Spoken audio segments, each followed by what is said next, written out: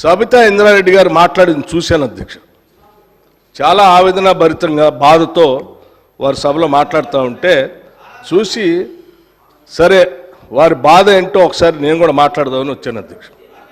అధ్యక్ష, కాంగ్రెస్ పార్టీలో 2004 కంటే ముందు వేరే పార్టీలో ఉన్నటువంటి సబితా ఇంద్రారెడ్డి గారిని కాంగ్రెస్ పార్టీలో చేర్చుకొని టిక్కెట్ ఇచ్చి వారిని 5 సంవత్సరాలు ఫుల్ ఫ్లెడ్జ్డ్గా మంత్రి చేసి 2009లో మళ్ళీ టికెట్ ఇచ్చి మళ్ళీ మంత్రి చేసి ఒక దశాబ్ద కాలం అధ్యక్ష అత్యంత ముఖ్యమైనటువంటి పోర్ట్ఫోలియోలు వారికి ఇచ్చి ఒక దశాబ్ద కాలం వారు మంత్రిగా కాంగ్రెస్ పార్టీ చేసింది అధ్యక్ష. 2009 నుంచి 2014 వరకు మంత్రిగా ఉన్నటువంటి సబితా ఇంద్రారెడ్డి గారికి 2014లో కూడా కాంగ్రెస్ పార్టీ టికెట్ ఇచ్చింది అధ్యక్ష. సరే, దురదృష్టమో అదృష్టమో 2014లో కాంగ్రెస్ పార్టీ అధికారంలో రాలేదు, టీఆర్ఎస్ పార్టీ అధికారంలోకి వచ్చింది అధ్యక్ష. కాంగ్రెస్ పార్టీ బాగా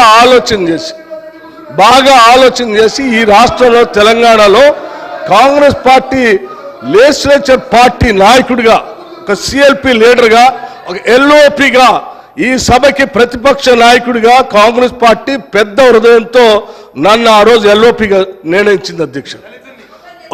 ఒక బలహీన వర్గాల దళిత వర్గానికి సంబంధించిన నన్ను ఒక సిఎల్పి లీడర్గా చేసి ఈ రాష్ట్ర చరిత్రలో ఇంతవరకు సిఎల్పి లీడర్గా ఏ దళితుడిని చేయలేదు అధ్యక్ష. మొట్టమొదటిసారి నన్ను చేసి అక్కడ కూర్చోబెడితే ఒక దశాబ్ద కాలం మంత్రిగా పనిచేసి కాంగ్రెస్ పార్టీలో అన్ని పదవులు అనుభవించినటువంటి సబితా ఇంద్రారెడ్డి గారు నా వెనకుండి నన్ను ఎల్ఓపిగా నిలబెట్టాల్సింది పోయి కేవలం అధికారం కోసం నేను వారి ఇంటికి వెళ్ళి కూడా అడిగాను అధ్యక్ష. నాతో పాటు అనేక మంది నాయకులను తీసుకొని పోయి అమ్మ ఎల్లబాకండి, మీరు పోతే ఎల్ఓపి స్టేటస్ పోతుంది, కాంగ్రెస్ పార్టీ పరువు పోతుంది, 10 సంవత్సరాలు మీరు మంత్రిగా అనుభవించారు, మీరు ఇప్పుడు కూడా ఎమ్మెల్యేగా ఉన్నారు, కాంగ్రెస్ పార్టీ మీకు ఏం తక్కువ చేయలేదు, మీకు ఇంకా కావాలంటే ఇంకా చాలా చేస్తుంది, చివరికి మీ అబ్బాయికి పార్లమెంట్ సీటు కూడా కాంగ్రెస్ పార్టీ ఇచ్చింది, చేయబాకండి అని పదే బతిలాడితే వారు చేసింది ఏంది అధ్యక్ష? ఒక్కసారైనా ఆలోచన చేశారా? మీరు ఏం ఆలోచన చేశారు అధ్యక్ష? నీ అధికారం కోసం, నీ స్వార్థం కోసం కాంగ్రెస్ పార్టీ నిర్ణయం కాదని ఈ రాష్ట్ర చరిత్రలో ఎవరిని చేయలేకుండా నన్ను సిఎల్పి లీడర్గా చేస్తే అది లేకుండా చేయటం కోసం వదిలిపెట్టి పోయి టీఆర్ఎస్ పార్టీలో చేరినటువంటి వారు ఇవాళ బాధపడుతూ మాట్లాడుతున్న ఆవేదన చెందుతున్నా అంటే ఆవేదన చెందాల్సింది ఎవరు అధ్యక్ష? నేనా, కాంగ్రెస్ పార్టీయా, లేకపోతే ఈ రాష్ట్రంలో ఉన్నటువంటి ప్రజాస్వామ్యవాదుల ఎవరు అధ్యక్ష బాధపడాల్సింది? వారా? ఇంకా ఏం ముఖం పెట్టుకొని ఈ సభానాయకుడిని రేవంత్ రెడ్డి గారిని ముఖ్యమంత్రి గారిని పట్టుకొని ఇంకా మాట్లాడుతున్నారు? దేనికి మాట్లాడుతున్నారు అధ్యక్ష?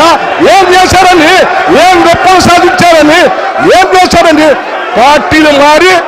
పార్టీలు మారి పరువు తీసి మొత్తం ప్రజాస్వామ్యాన్ని కూలి చేసింది కాకుండా ఇంకా మాట్లాడుతూ ఉన్నారు, ఆవేదన చెందుతున్నారు, బాధపడుతున్నారంటే బాధపడాల్సింది ఎవరు అధ్యక్ష?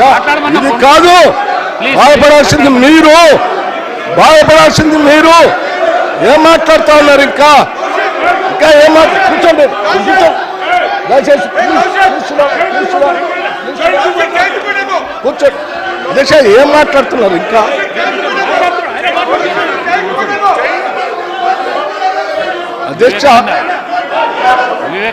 అధ్యక్ష, ప్రోగ్రెసివ్ వాదులు సామాజిక పరివర్తన కోసమే పుట్టాం, సామాజిక పరివర్తన కోసమే పెరుగుతున్నామని చెప్పినటువంటి నాయకులు ఇంకా ప్రజల మధ్యలోకి వెళ్ళి ఇంకా మాట్లాడుతూ నేను ఇంకా బాధపడుతున్నా అంటారు. ఎందుకు బాధపడుతున్నారు మీరు?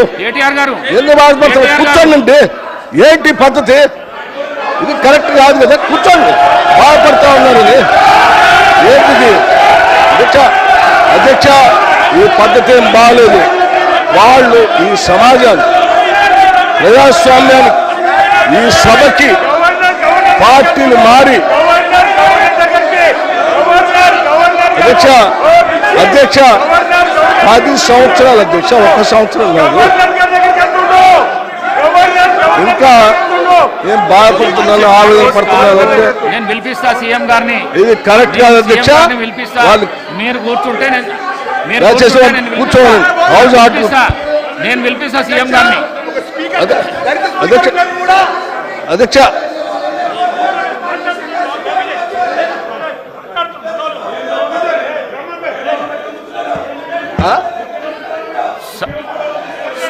సభను 10